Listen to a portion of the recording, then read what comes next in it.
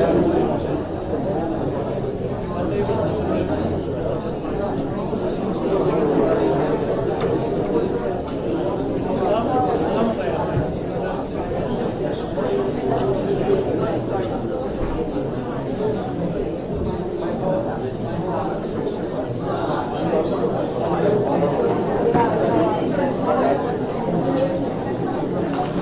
want to see the family? You use the side off.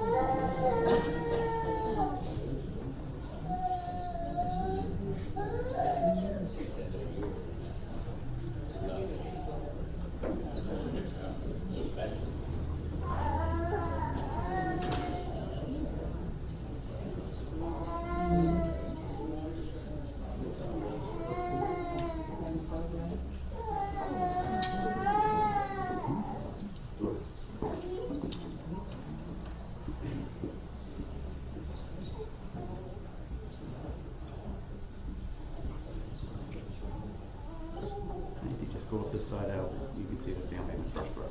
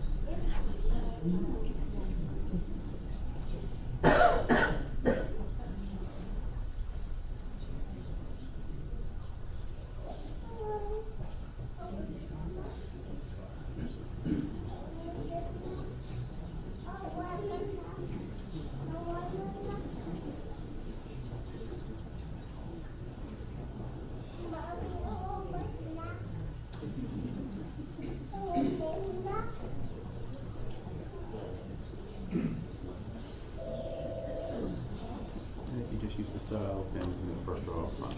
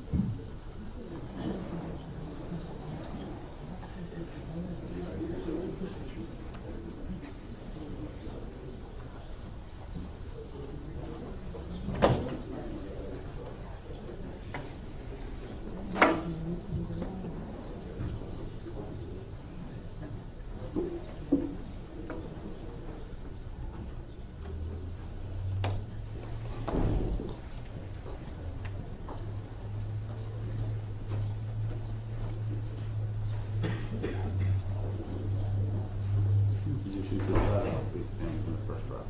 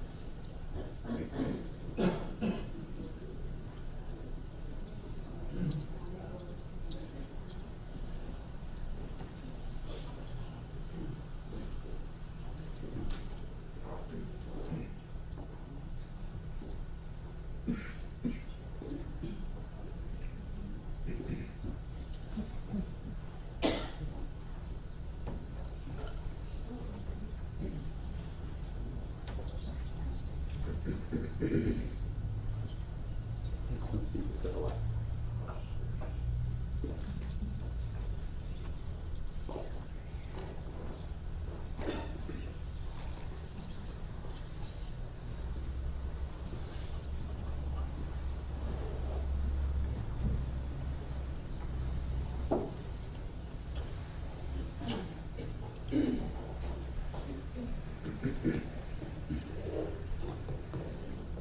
Ladies and gentlemen, at this time, we would kindly ask if everyone would please turn off or silence all electronic devices. Thank you.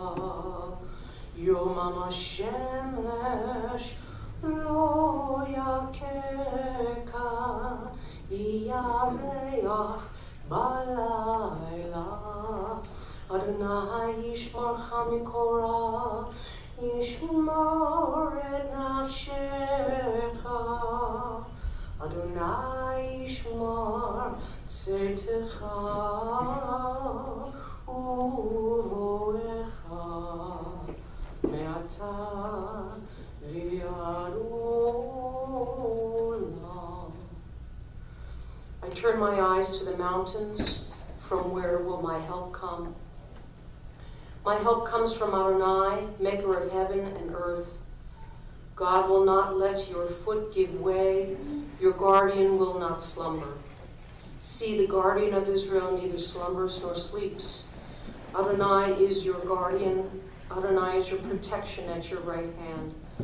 By day the sun will not strike you, nor the moon by night. Adonai will guard you from all harm.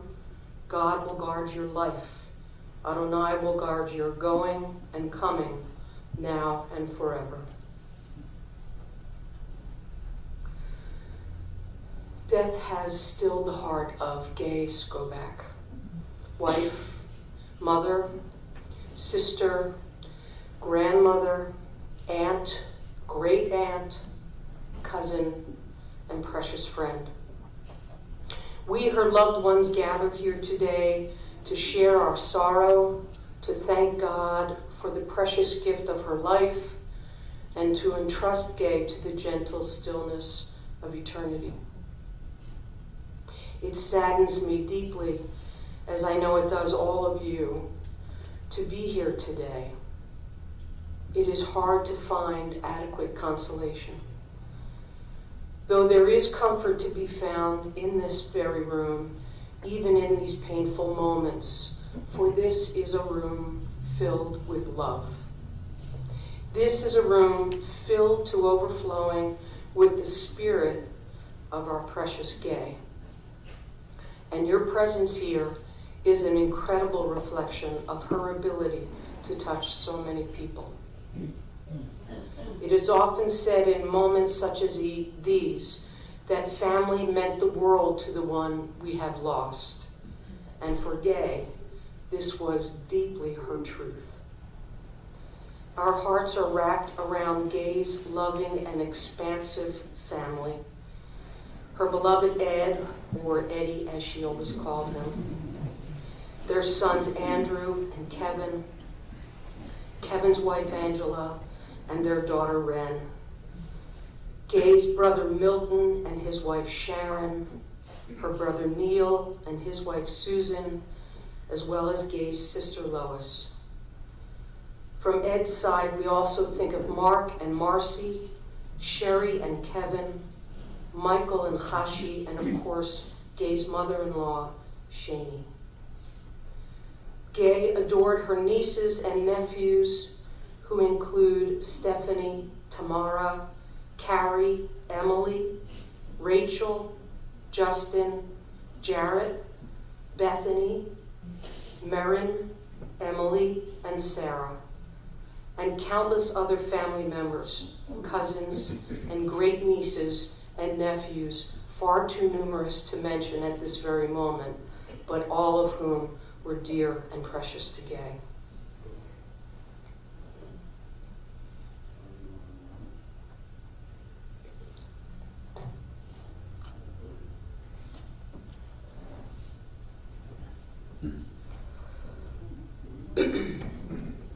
Mourning is the price we pay for having the courage to love others. Even in grief, we know that the wonder of human life is too complex and too magnificent to be memorialized in endless pain. The gifts of spirit our loved one gave us cannot be measured or weighed, nor can they be lost or even tarnished by time.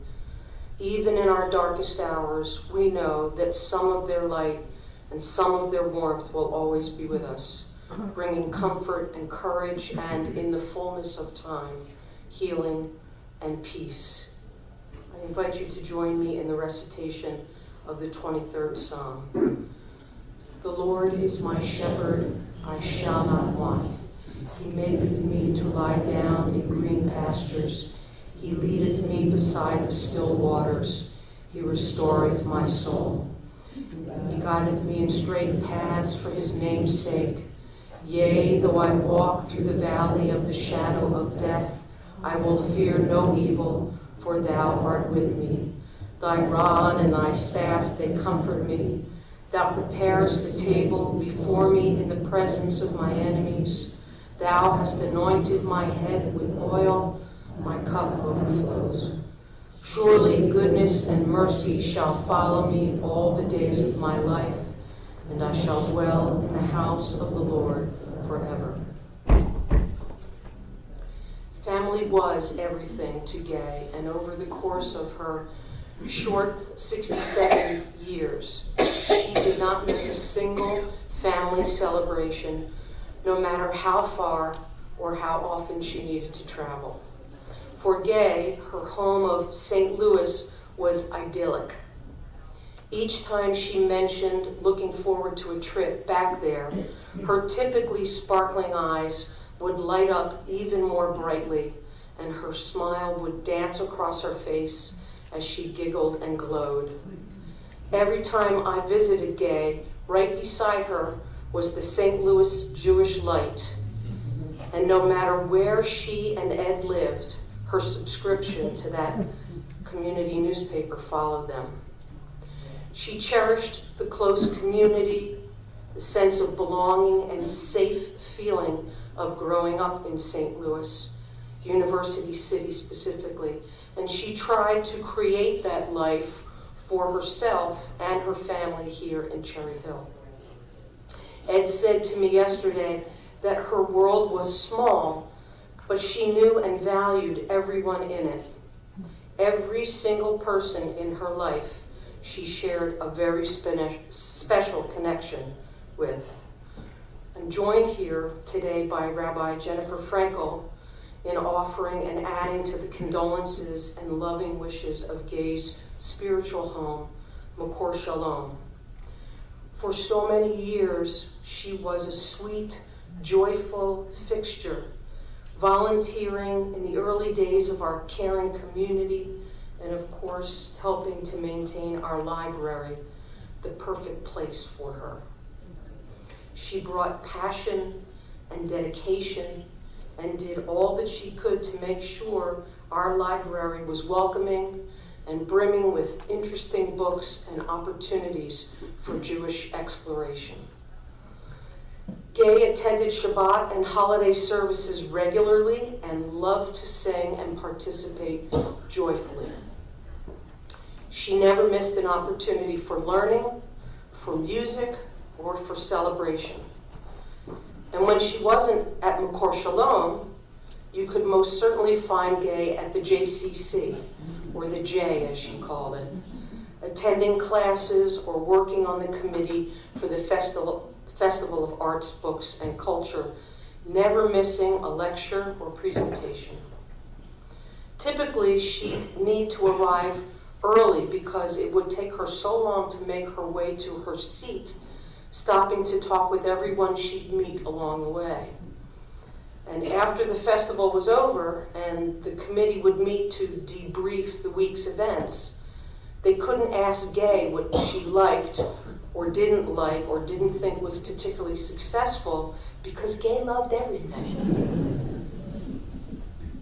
Gay made friends everywhere. She reveled in turning strangers into friends as quickly as she had met them. Everyone. The checker in the supermarket, the person who pumped her gas, and the woman where she took her dry cleaning, postal workers, security guards. She knew everyone. She knew about their lives, their families, and they knew her.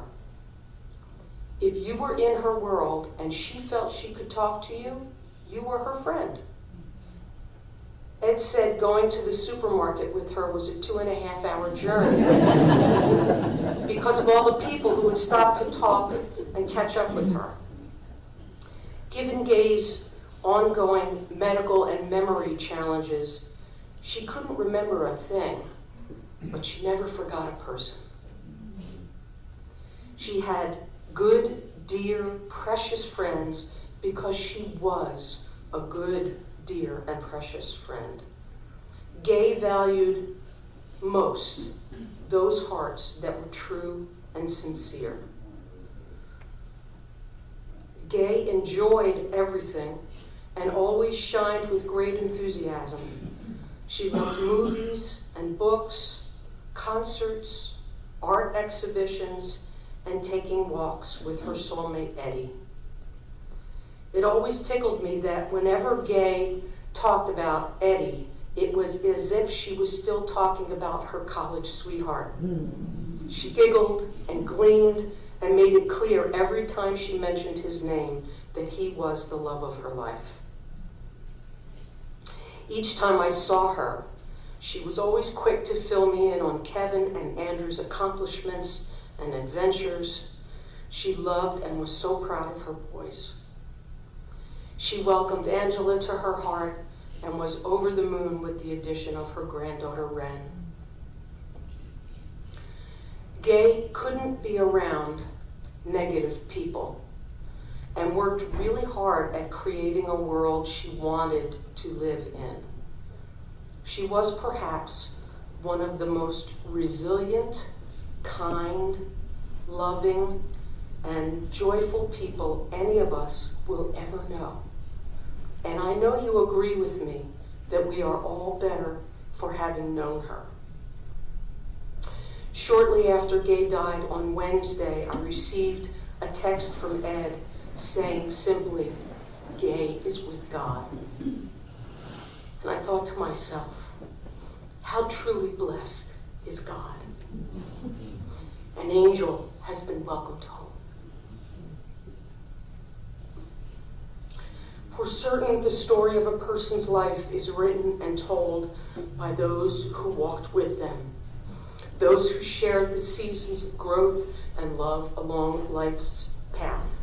And so at this time, I'd like to invite Gay's brothers, Neil, then we'll hear from Milton, followed by her son Kevin, and then Ed.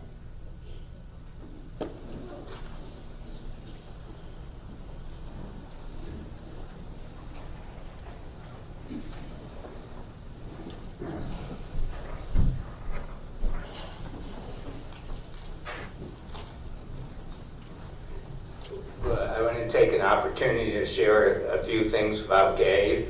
For those of you who only know her sort of post Kevin, Andrew, and Eddie, because I know like the New Jersey people only know her in that context, and even the friends at Washington University and her Eddie's medical friends only know her when she was part of the Skobac family. So the Gay as a child, like Milton and I were off playing baseball most of the time or collecting baseball cards. so I guess we mostly ignored her. But what we know is that she was really sort of a sweet child. She was always kind, loving, and many of the same things that the cantor just said about her. But what you might not know is Gay was very quiet. You had mentioned about the book fair. She was very bookish. I mean, we remember her staying in the room for the most part, reading. So she was always a very good student, very scholarly, and sort of lived in an inner world. She did have a few close friends, just like the cantor said. Friends were very important to her, but she even had like a quiet existence with them. Whenever they played, Milton and I never heard them, so they must have just been playing in I don't know, maybe dolls, but sort of maybe just nonverbal dolls, I'm not sure. But anyway, so then she met Eddie. And like, you know, to the Katz family in St. Louis, Eddie was like New York City. We believed anybody close to New York City was New York City, even though it was from New Jersey. So then we had sort of this brash, very talkative, somewhat loud, at least to the Katz family, person who talked all the time. And, you know, we didn't know what this attraction was, but I guess like opposites attract. But anyway, it was very interesting. So I think like Milton and I, we didn't bet, but if we were betting, we probably would have given a 20-80% chance of the marriage being a good marriage. So 80, those of you who know betting, that's 80% no, 20% yes.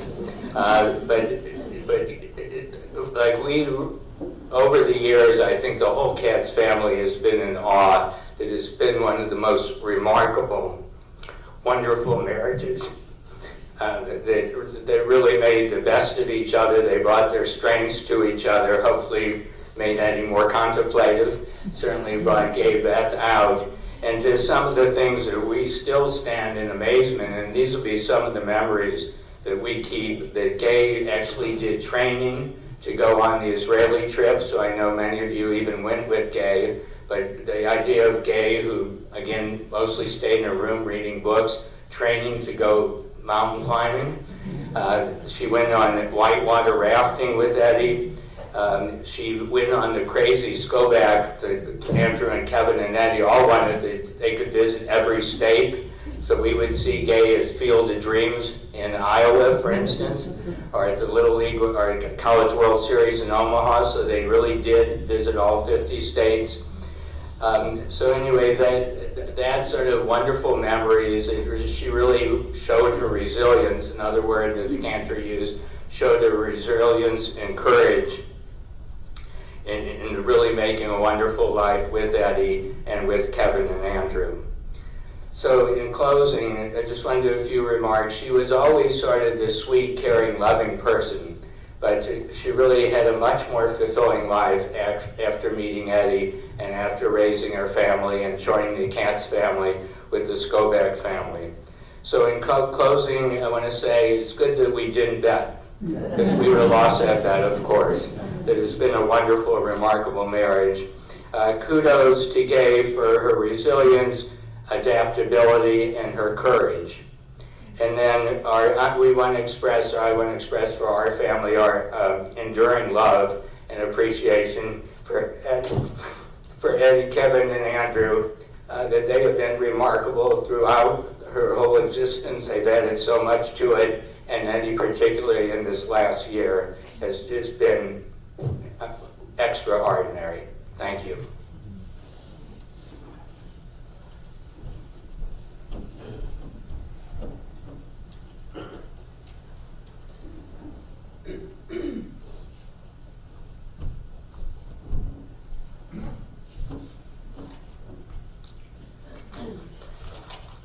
Well, you probably think Neil's still talking, because we have the same voice. And, Neil got to go first because he's 4 minutes older than I am. Not that that means anything. But I am truly blessed to be Gay's brother.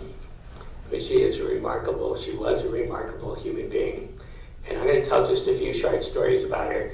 When we were growing up, and Neil alluded to that, it's true we did ignore her most of the time, But we also felt that we should take care of her because she was our little sister. But when our mother died in 1992, Gay assumed, and it was almost seamlessly, another stature. And she really filled that gap that we all felt without a mother. And at times she went a little bit too far, and I think, Eddie, you might know this. So there were times that she really stretched it. And one of those times was when Neil and myself and my father went to spring training in St. Petersburg, Florida, to see the St. Louis Cardinals. So it was a very warm day. It was about 85 degrees in Florida. We get to the hotel, finally get the air conditioner on, and our father starts unpacking his suitcase. And it's a suitcase that Gay had packed for him because she took care of him. And we noticed that she packed long underwear. And there was a scarf in the suitcase. And even a Russian hat, which he probably hadn't worn for 30 years, maybe never. And so Gay always took care of people, sometimes to the extreme.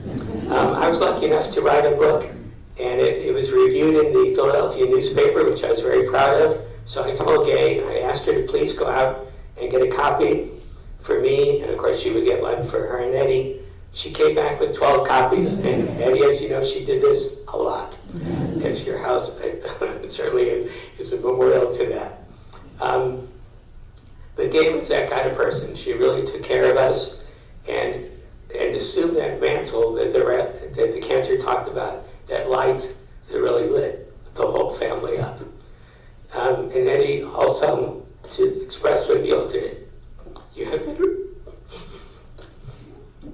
been remarkable, and we really thank you for that, for the care and love that you took for Gay, especially this last year, but throughout your entire life together. So we will miss Gay terribly.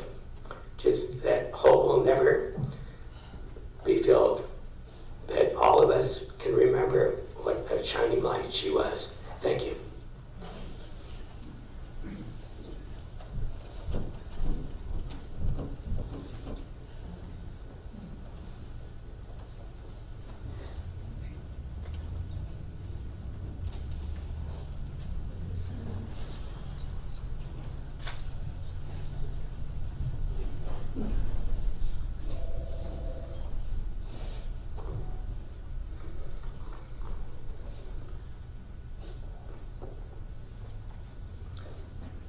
On behalf of my mom and my family, I want to thank you all for being here. It means a lot to us, and more so it's a testament to my mom, her life, and her being. For months now, I've been thinking about what I would say when this moment had finally come. But even as my dad tried to prepare Andrew and I for it, I kept thinking I'd have more time with her, that in whatever condition she'd at least be here, and even if being here was simply comforting us with her presence. Sitting quietly with her eyes closed, smiling in recognition every once in a while. So now the moment is here, and I am at loss in both spirit and words. Sitting with us yesterday, the cantor asked me if there are particular stories I'm thinking about telling. But instead of stories, I've been thinking about how to measure her life in something other than years, and what I've learned from the time I was lucky to be a part of it. When I think about my mom, I realize it isn't stories at all that I think about, but feeling. Because the most important thing I took away from 38 years with my mom was the feeling of how deeply and utterly you can love. She loved every family member, no matter how close or how distant. She loved her friends, no matter how old or how recent. She loved her home in St. Louis, the Jewish community here in Cherry Hill, and of course she loved my dad, Andrew, and me. I know that everyone is here today because they felt that love so purely and strongly and without question. And for her to be able to give that feeling equally to everyone in her life and never at the expense of anyone else required an immeasurable heart that is unmatched in the world and is something I'm in awe of and struggle to live up to. Andrew and I know how incredible lucky we are to have been raised by our mom. We felt unwavering love and support wrapped around us for every second in our lives until the very end. She was up before us getting breakfast ready, up after us when we procrastinated through the night doing homework. She supported our hobbies, took us to swim lessons and to thousands of BYO events.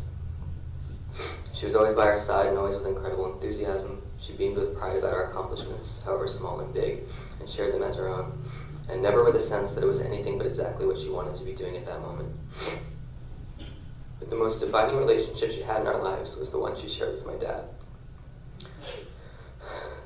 The two of them were beyond devoted to each other, had a marriage of 40 years, built a home together, and raised us as a family together. They managed a rare feat of being incredibly foundational presences for each other at all times, while also maintaining an immense amount of independent personal interest. They moved seamlessly from hiking the country or attending a rock concert that my dad wanted to touring a grocery store or attending a book festival that my mom wanted to. They were both individual and inseparable. For much of my life, my mom took care of my dad in many ways, from running the house to the finances to matching his shirts and ties. So much so that I honestly didn't know what he would do if she wasn't there. But over the last 13 months, while my mom fought her various illnesses, things changed. It's in these last months that I learned another lesson in love. My dad began to pay back a lifetime care a single-minded focus on my mom's well-being. He became her husband, her caretaker, her doctor, her life coach at once. He did everything humanly possible for her health and happiness.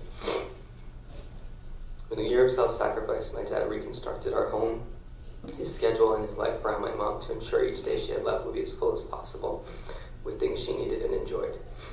No matter how hard it got, he kept bringing her to the synagogue for songs, to the JCC for talks and fitness classes, and even New York to see us. When she lost her ability to see half the room, he arranged for us to stay within her view. No matter her condition, he made it so they always slept next to each other at night, as they had for 47 years. In the last few months, he coordinated one more visit from family and friends from around the country, and in her final moments, he orchestrated exactly what she would have asked for if she could. Her favorite songs playing quietly, pictures of her loved ones around her, and us by her side holding her hands as she drifted to sleep one last time. There's no question in my mind that this year has been everything she could have hoped for. I know it was as long and as full of love and joy as humanly possible, and that brings me great comfort. It'll be hard to move on from here. I'll miss my mom's warmth, her rich and genuine smile, the way she answered the phone when I called, her love of little things like chocolate peanut butter water ice, good produce, and Hanukkah songs, and her stories of phone calls with various family members. In days, her life was far too short, and it breaks me that she won't get more time with her granddaughter. But if I choose to measure her life in the love she gave everyone here, and the affection I know you all have for her, it is a different story. I have to look no further than the pilgrimage that many of you made these last few months from far and wide to share even a brief one more moment in her embrace. It means the world to us that you did so, and I know it did to her too, and in these measures, I think she lived beyond us all. Goodbye, Mom. I love you and miss you.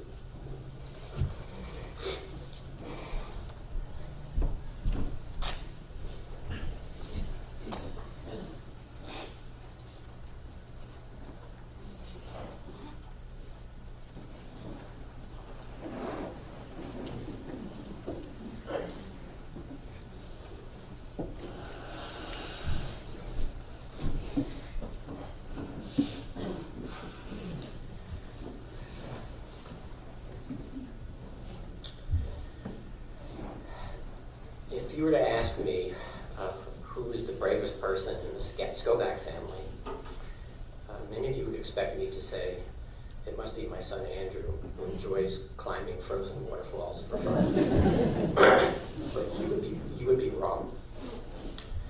By far and away, Gabe was the bravest and toughest person I've ever known. You wouldn't know it with a usually quiet demeanor and disarming smile and laugh. People so often underestimated her because she was little and sweet. But underneath was an unmatched mental toughness and resilience of spirit. She had to be. First of all, she lived with me for 47 years. No walk in the park, I promise you. Gay left her home, her beloved St. Louis, to traipse around the country with me while I went to medical school in New Jersey and did an internal medicine residency in Sacramento, California. Each time going somewhere where she had no friends or family, and I was gone a lot. Gay was always all in for me, and I've always known that and felt it very strongly. I never would have become the person I grew to be without that bedrock of support that I knew would always be there. People have been coming up to tell me how amazing I've been this year for Gay. It was easy.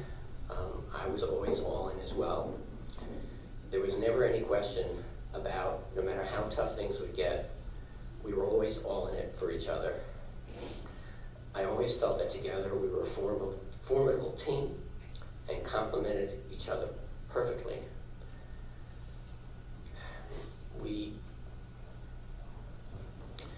Gay and I walked a lot together.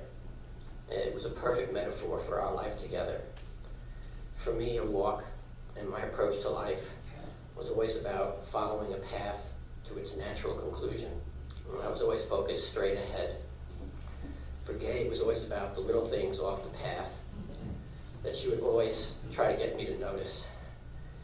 And for that is what it made for her worth walking.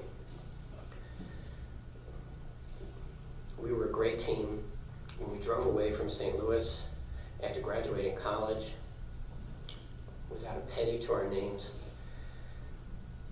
totally in love and completely confident in our ability to take on the world.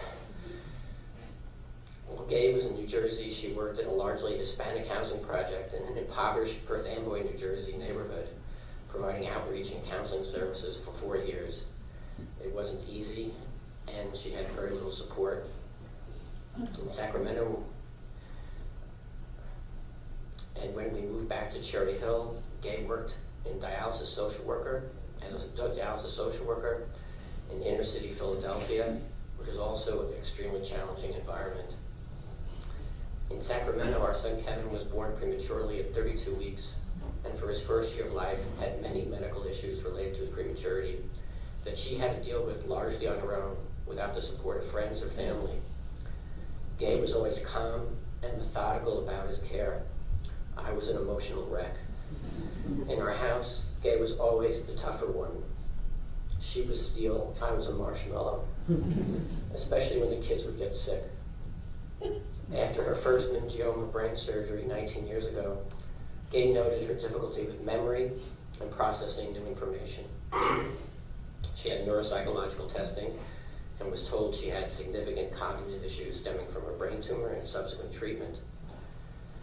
Soon after, she developed a seizure disorder, and all the medications she tried for this made these issues worse. In all these years, Gay never complained once to me or expressed any self-pity over any of these issues she had to deal with on a daily basis, stemming from 2 large brain tumor surgeries, 2 courses of radiation, 2 years of chemotherapy. If my shoulder gets sore, it's a big deal. She went out each day with all these issues and just figured out new ways of doing things that she always did and would just get on with her life. Her sweet disposition never changed. Imagine what it would be like to be unable to learn and remember new things. She was so good at doing this that most people never realized the extent of her actual impairment or that she had one at all. It takes a special type of bravery, mental toughness, and resilience of spirit to do that, and not only never get down, but usually be extraordinarily happy. Her faith in her healthcare team, her spiritual team at McCourt Shalom, the support of her friends and family were unshakable. Gay made her world smaller. She drove less. She became more ritualistic in her shopping routines. She parked in the same places and went in the same doors at malls. Our house became covered in little Post-it notes. I'm still finding them attached to things, telling me how to use them, and where to find other things in the house. She made endless lists, kept written calendars, and checked them all the time. She gave up driving to Philadelphia, something she had done regularly before, and learned how to use the high-speed line. It always had the same stops. She used the same station. She could sit in the same seat so she could see the route stops. She had to because all her doctors and endless hated MRIs were at Jefferson. She did this for many years, and until 3 years ago, she did it alone. She gave up on certain things, like keeping up on current events, the political and national and international news.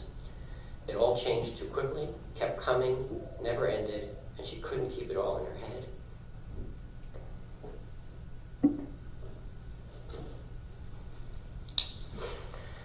She worried a lot that this made her less interesting to people she knew.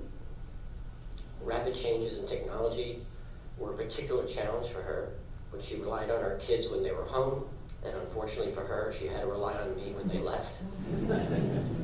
Kevin was always remotely logged into our home computer. She relied on friends at the synagogue library to show her how to do the same tasks over and over again. She made her small world safe by knowing everyone in it and making sure they all knew her.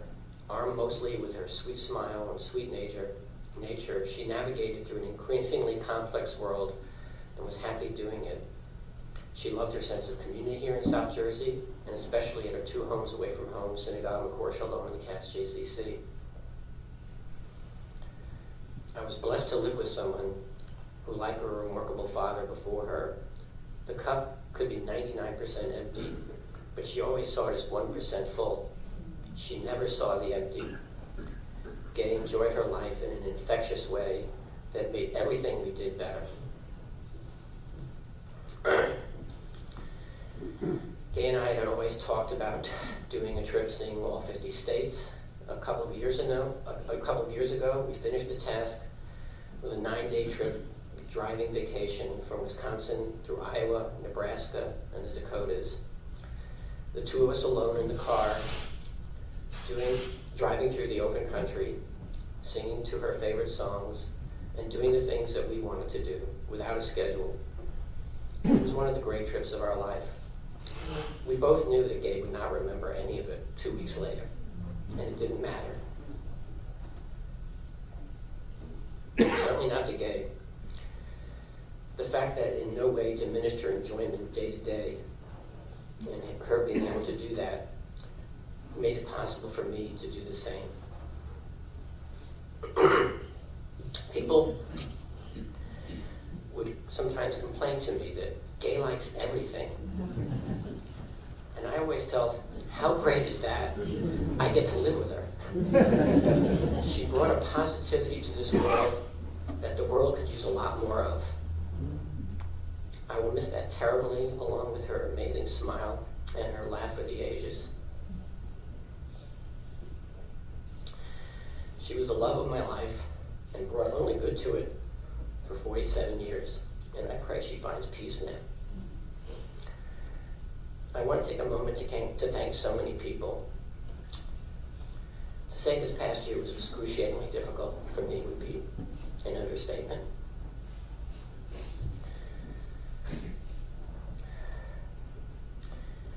First of all, my best friend and great support of my entire life since I was 17 years old was no longer there for me. I got by largely because of the many kindnesses shown to me by many of the people in this room. For that, I can't thank you enough. To our lifelong friends from here and all over the country, some who flew or drove great distances to support us, our neighbors and local friends who would take time to just stop by and visit with us, which in the end became Gay's main source of pleasure, and who never stopped asking me how they can help me. To Gay's amazing family, her brothers who came so often, her sister, her nieces and nephews, who all came to see her from all over the country. Everyone. To her cousins, who reach out and mean so much to Gay. To my amazing family, my sons Kevin and Andrew and daughter-in-law Angela, and my new best buddy and granddaughter Ren, who have been so loving and supportive and stood by me and their mother all year and right to the end to provide her the comfort she so needed at that time. To my cousins, many of whom have serious health issues of their own or in their own family. My siblings, Mark, Marcy, Kevin, and especially my sister Sherry, my rock, who's always there for me, no matter what. To my mother, love I always feel. To the physicians, nurses, and therapists, and all the other medical staff at Kessler, who I see every day and receive so many kind words of concern and support. And to the nurses, physicians, quality assurance co-workers, and administration at Rowan SOM Medical School, to Deepa and Nicole, and all the doctors at Cooper Hospitals, many of whom I've never met, as well as Rowan doctors, Dr. LeConte and Sherry, who stepped into the breach with little notice when I had to leave last February. And anyone who ever sent Gay a poem, read to her, sang to her, sent her artwork to enjoy, or flowers, or would just stop me in a hallway and ask, how's Gay doing? How are you doing? I thank you all from the bottom of my heart. I have a special thank you to Hawa and Helen, who took such extraordinary care of Gay, with such affection and humanity, and who I leaned on so heavily this past year. I could not have survived this year without any of you. It's easy these days, with all that's going on, to lose faith in people and become incredibly cynical about the state of the world. But I have to tell you that with all the kindness that Gay and I have received this past year from so many of you, you've made me so much more hopeful because of good-hearted and kind people like all of you. Thank you.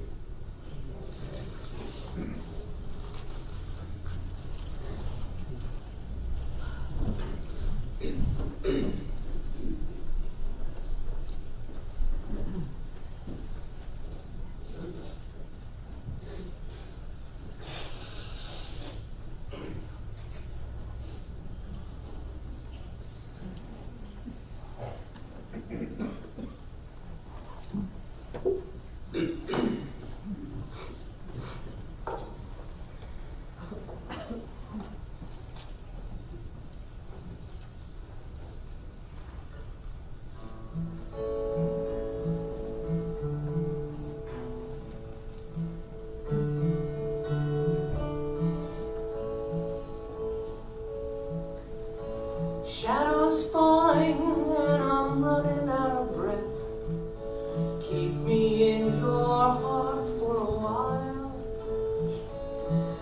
If I leave you, it doesn't mean I love you any less. Keep me in your heart for a while. When you get up in the morning and you see that crazy sun, keep me in your heart for a while. There's a train leaving nightly, called when all is said and done. Keep me in your heart for a while. Sha-la-la-la-la-la-la-la-la-la. Keep me in your heart for a while. Sha-la-la-la-la-la-la-la-la. Keep me in your heart for a while. Sometimes when you're doing simple things around the house, maybe you'll think of me and smile. You know I'm tied to you like the buttons on your blouse. Keep me in your heart for a while. Hold me in your thoughts, take me to dreams, touch me as I fall into view. When the winter comes, keep the fires lit, and I will be right next to you. Engine drivers headed north to Pleasant Stream, keep me in your heart for a while. These wheels keep turning, but they're running out of steam. Keep me in your heart for a while. Sha-la-la-la-la-la-la-la-la. Keep me in your heart for a while. Sha-la-la-la-la-la-la-la-la. Keep me in your heart for a while. Keep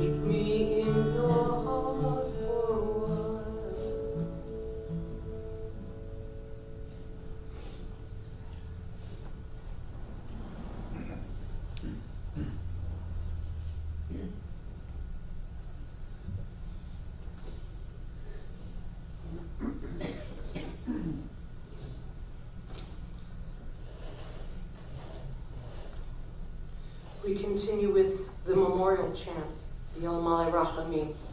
Please rise.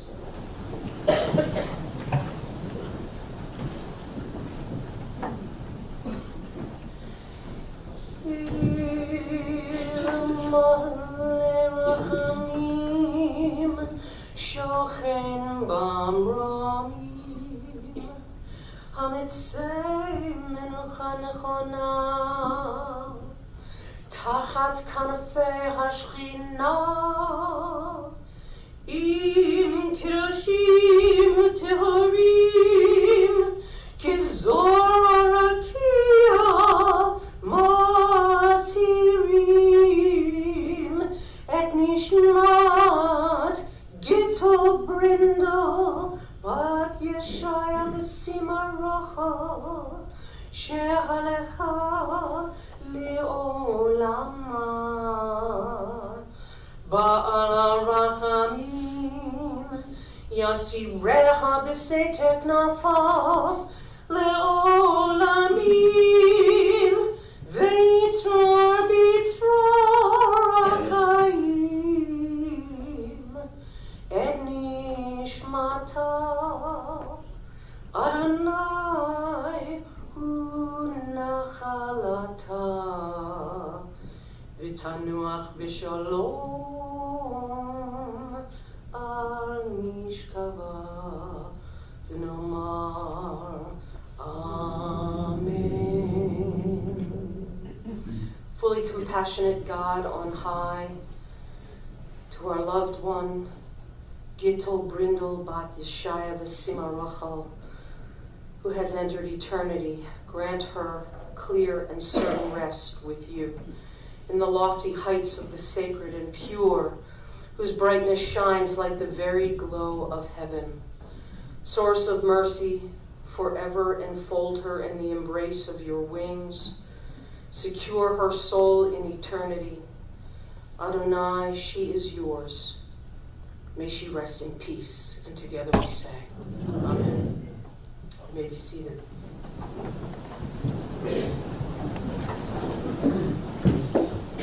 The family will begin sitting Shiva upon returning from Locust Wood Cemetery, and all are invited to share in a meal of consolation at the Skobac's home, 59 Cohasset Lane in Cherry Hill. Kaddish will be recited graveside following this service, and then tonight at Shabbat services at Makor Shalom. There will be a Shiva Minyan service at the Skobac's home on Saturday and Sunday evenings at 7 p.m. and then Monday afternoon at 4 p.m. prior to the start of Purim.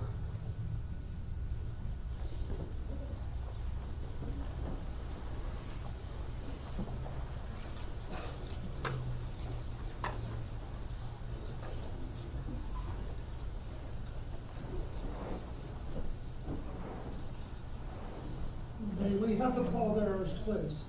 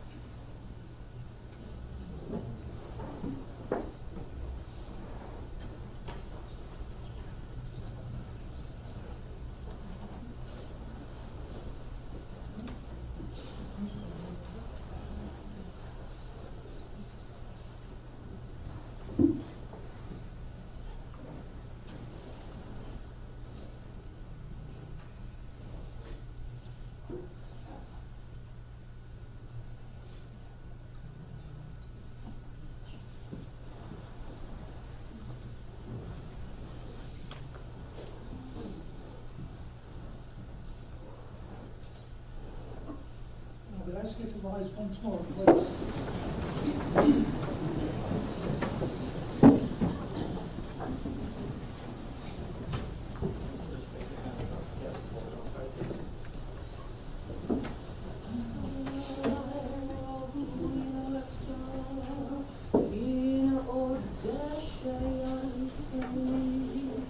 Amen.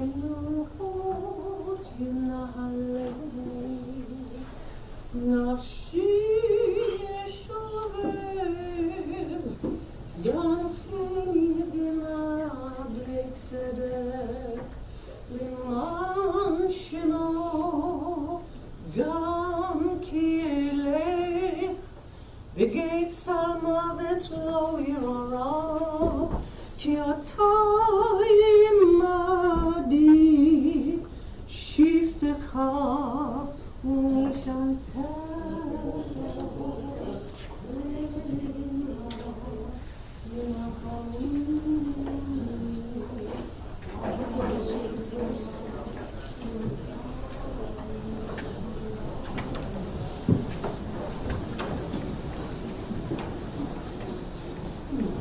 and gentlemen, I would ask that you kindly remain seated. Ms. Perkins?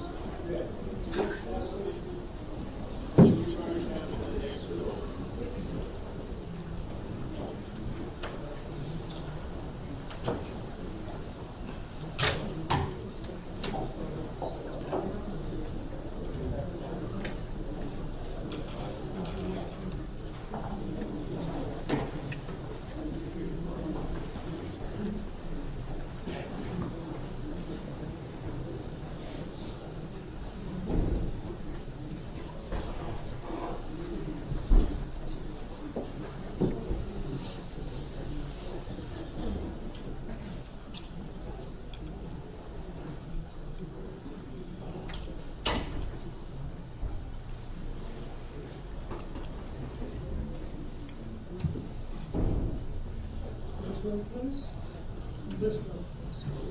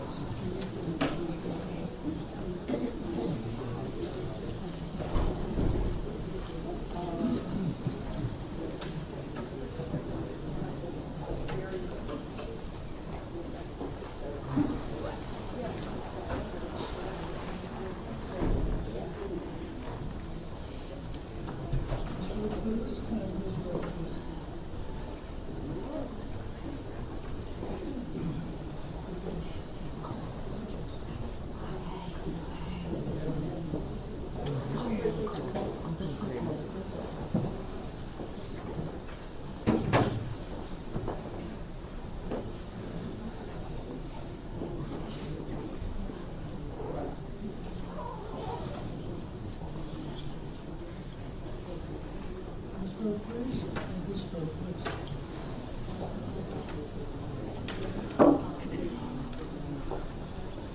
Need everybody to step out of the doorway, please.